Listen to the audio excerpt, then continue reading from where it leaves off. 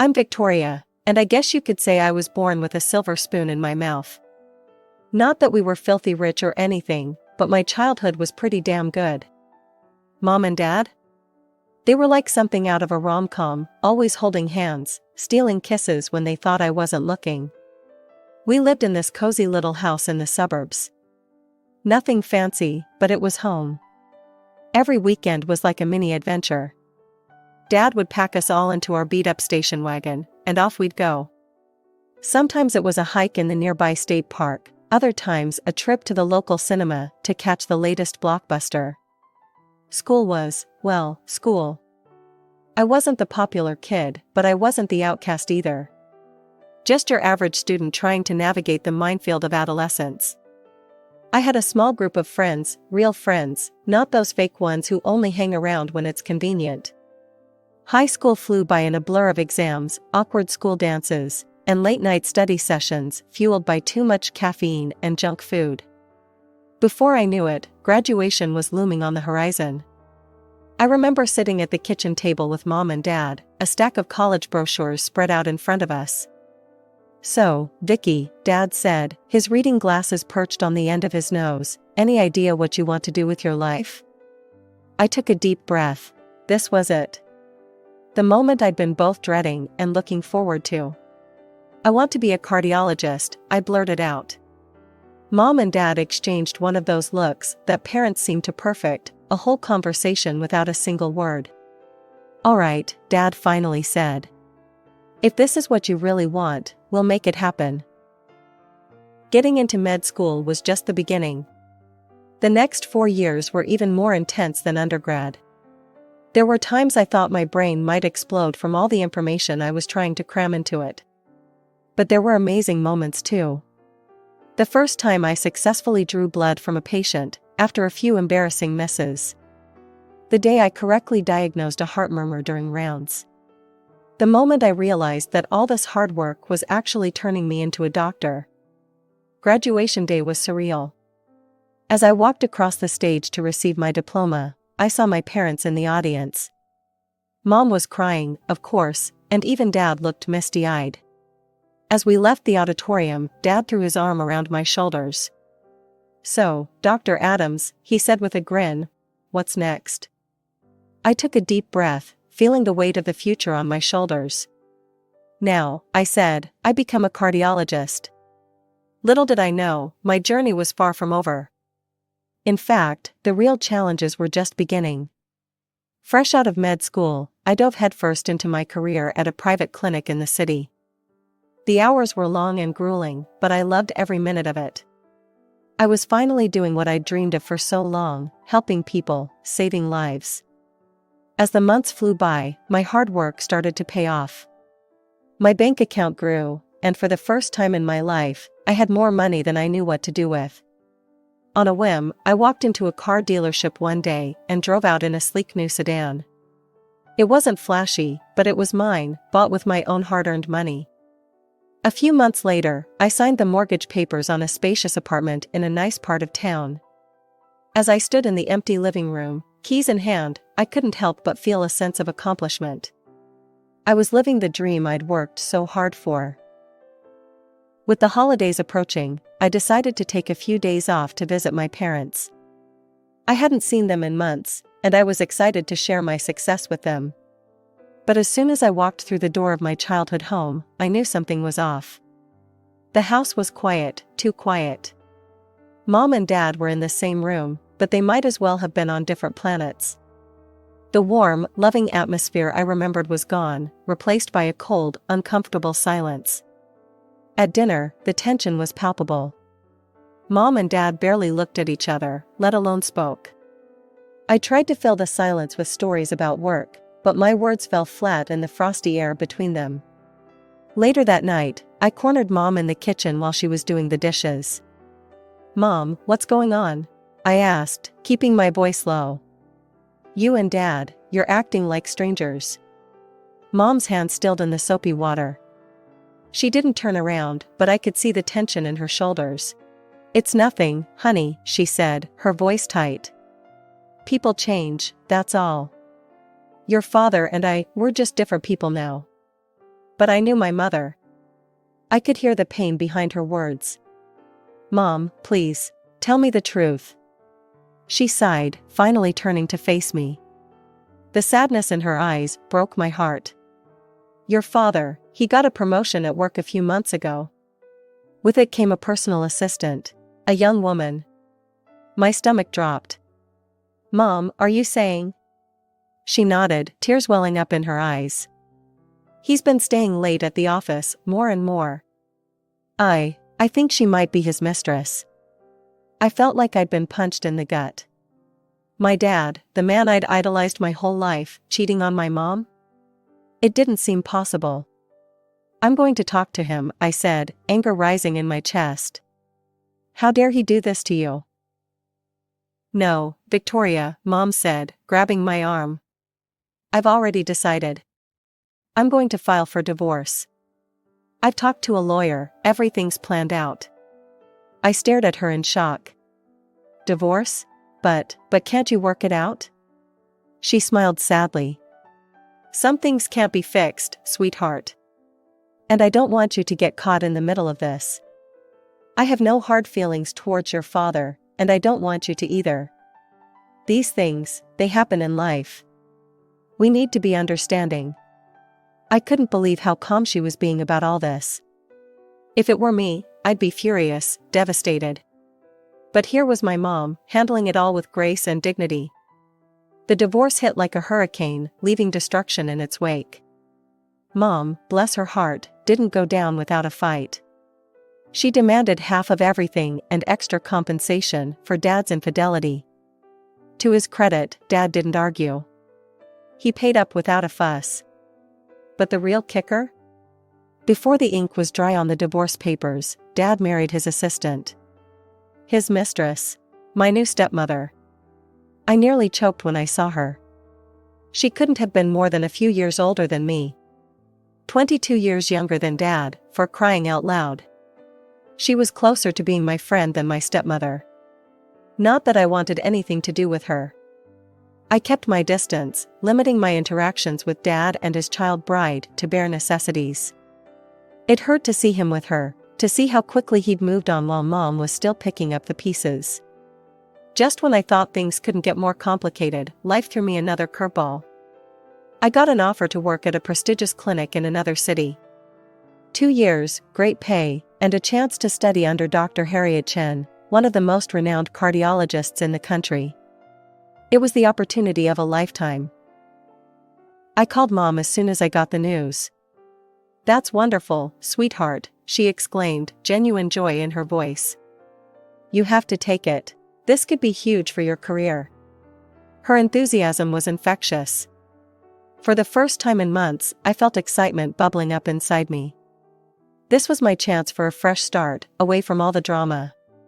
Word of my impending move must have spread because Dad called me the next day. Vicky, he said, his voice hesitant, I heard you're moving. Yeah, Dad. Got a great job offer in. He cut me off. Listen, I need to ask you something. It's a bit awkward. Things at work, they're not great. My income's taken a hit. I was wondering, could Sarah and I use your apartment while you're gone? And maybe, borrow your car? I was speechless. After everything that had happened, he had the nerve to ask this? I don't know, Dad. I need to think about it. I hung up, my mind whirling. Part of me wanted to tell him to get lost. But another part, he was still my dad.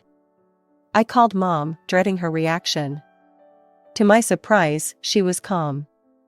It's your apartment, your car, Victoria, she said. You're an adult. You get to decide what to do with your things.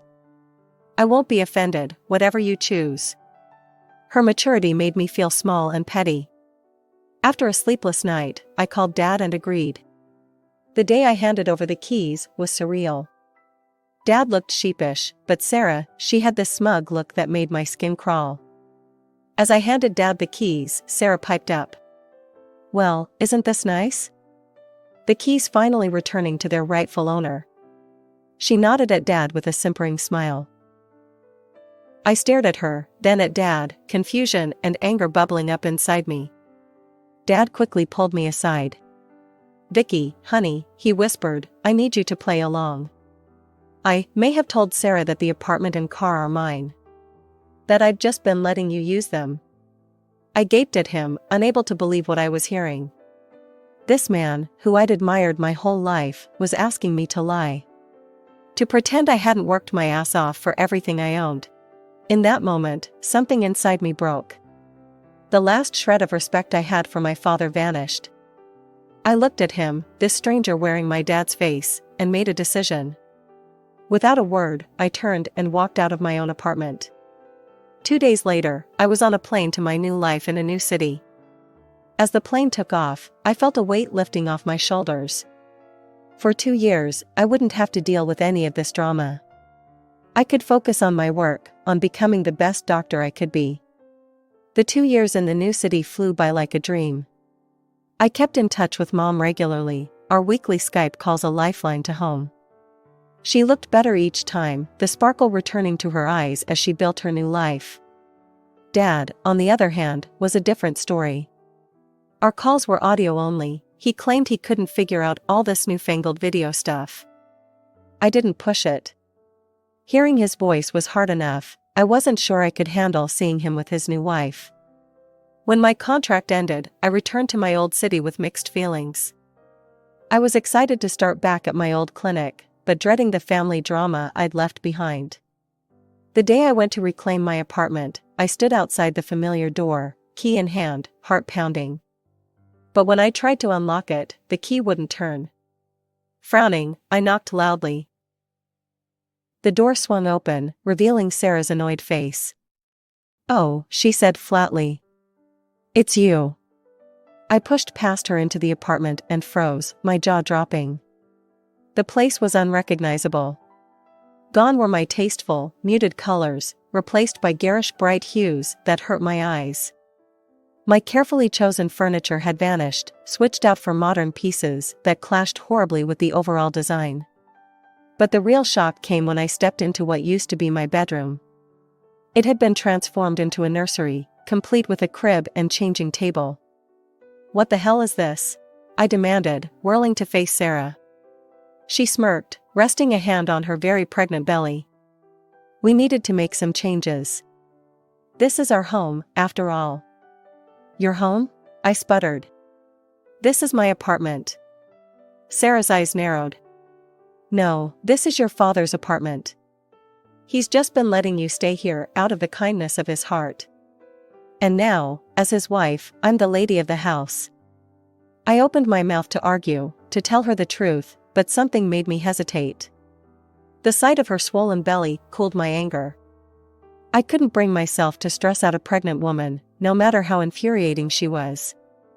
I spent the next few hours seething, pacing the garishly redecorated living room. When Dad finally walked through the door, I pounced. "Dad, we need to talk. Now." He nodded, looking tired. "I know, Vicky, let's step outside." Once we were alone, I let loose. "What the hell, Dad? You let her completely trash my apartment? And what's this bullshit about it being your place?"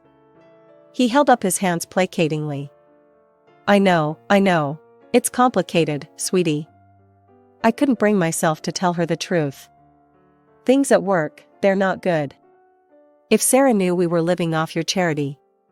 Please, Vicky, don't kick us out. Not with the baby coming." I wanted to be angry. I wanted to scream and rage and throw them both out on their ears. But looking at my father, this broken, pleading version of the strong man I once knew, I couldn't do it. "Fine," I said through gritted teeth. "We'll figure something out." Relief washed over his face. "Thank you, sweetheart. Oh, and there's one more thing." I braced myself. "What?" "I may have given Sarah your car. When I found out about the baby, I wanted to do something nice for her. I'll pay you back, I promise." I closed my eyes, counting to 10 in my head. "It's fine, Dad. The clinic's not far, I can walk." He kissed my hand, his eyes brimming with gratitude. You're an angel, Vicky. We'll make this work, you'll see. As I watched him go back inside, I tried to convince myself this could work. I'd be at the clinic most of the time anyway.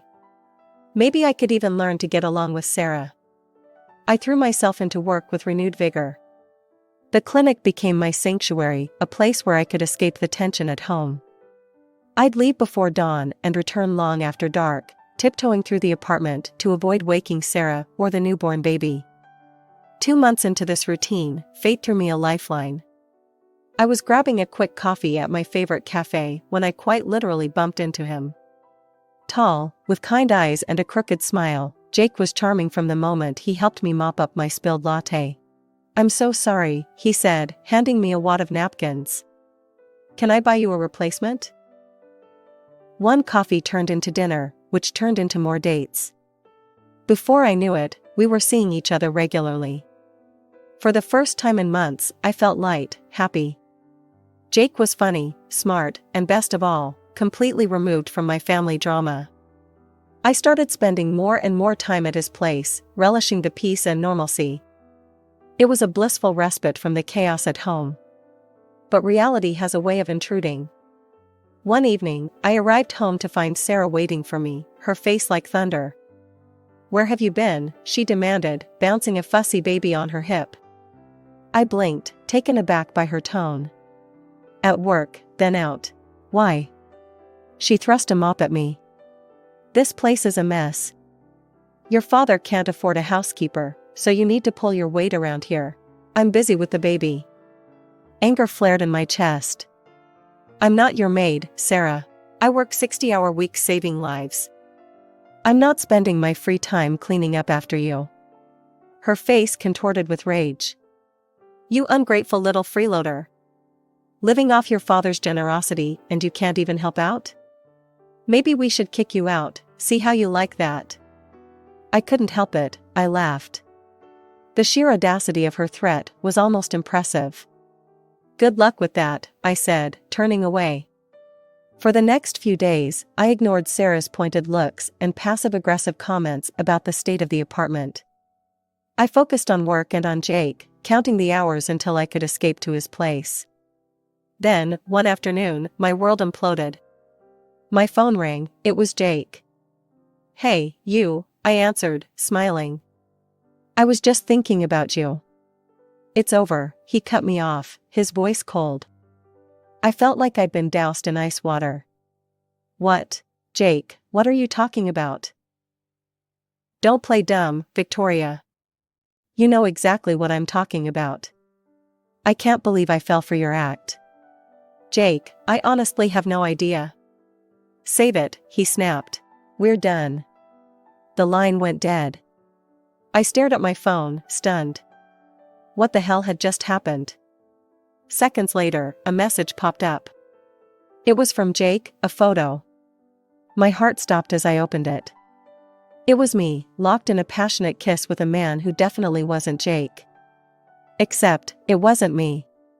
The woman in the photo looked like me, but something was off. The hair wasn't quite right, the posture, not quite mine. Realization dawned, along with a wave of fury. Sarah. This had Sarah written all over it. I tried calling Jake back, desperate to explain, but my calls went straight to voicemail. Text messages bounced back, undelivered. He'd blocked me. I stormed into the apartment, fury radiating from every pore.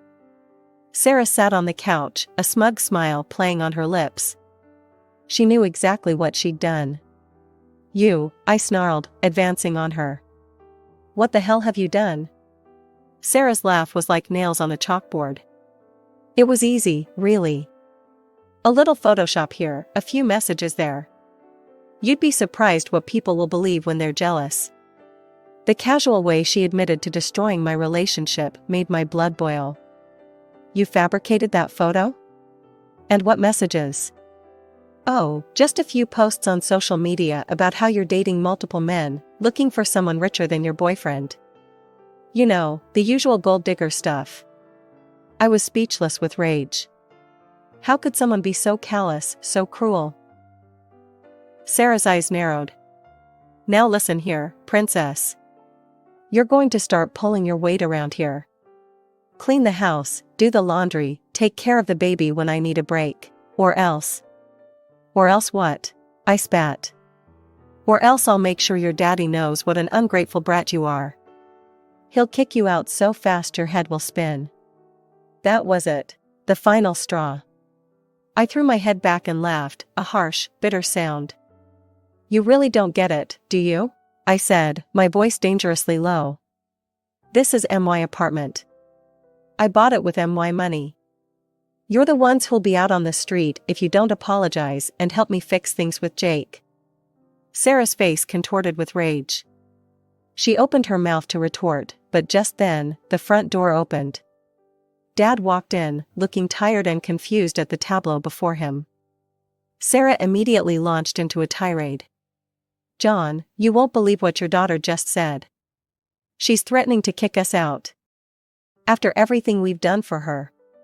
She's an ungrateful, selfish bitch and I want her gone. Dad's eyes met mine, pleading. He leaned in close, whispering, Vicky, please. Just go along with it. Move out for a while. We'll sort this out later. I stared at him in disbelief. My own father, asking me to leave my own home.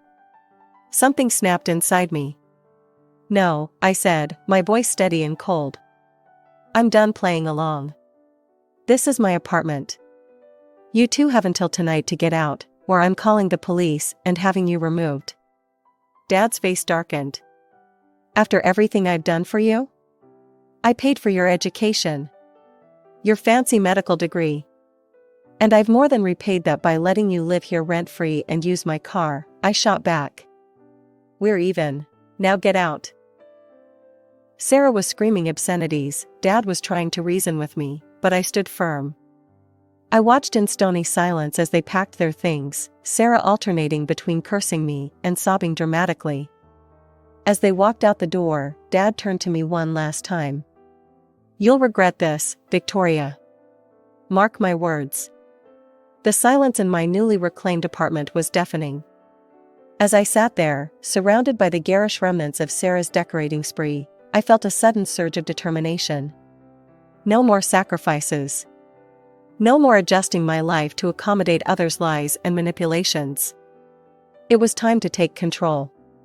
With shaking hands, I picked up my phone and called the one person I knew I could always count on, my mom. Mom, I said, my voice cracking. I need to talk to you. I poured out everything, the lies, the manipulation, the final confrontation. Mom listened patiently, her calm presence a balm to my frayed nerves. Oh, honey, she said when I finished. I'm so proud of you for standing up for yourself. You did the right thing. Her words were like a warm embrace. Thanks, Mom, but I've lost Jake. Sarah ruined everything. There was a pause on the other end of the line. Maybe not. Give me Jake's number. Mom, what are you? Trust me, sweetheart. I've got this. Bewildered but hopeful, I gave her the number. The next day, I received a text from Mom asking me to meet her at our favorite cafe. When I arrived, my heart nearly stopped. There, sitting across from my mother, was Jake. Mom waved me over, a mischievous glint in her eye. Sit down, Victoria. Jake and I were just having a lovely chat. Over the next hour, Mom laid out the whole sordid tale, Sarah's lies, Dad's deceptions, all of it. Jake listened, his face a mix of shock, anger, and shame. When Mom finished, Jake turned to me, his eyes brimming with remorse. Victoria, I'm so sorry. I should have trusted you, should have given you a chance to explain. I wanted to forgive him, but the hurt was still raw. You believed the worst of me so easily, Jake. How can I trust you won't do it again? To my utter shock, Jake slid out of his chair and dropped to one knee in the middle of the busy cafe. Victoria Adams, I love you. I was an idiot, and I'll spend the rest of my life making it up to you if you'll let me. Please, forgive me? The cafe had gone silent, all eyes on us. I felt a blush creeping up my neck, but looking into Jake's earnest eyes, I found my anger melting away. "Oh, get up, you big idiot," I said, tugging him to his feet. "Of course I forgive you." The cafe erupted in applause as Jake swept me into a kiss. Mom wiped away a tear, beaming at us both.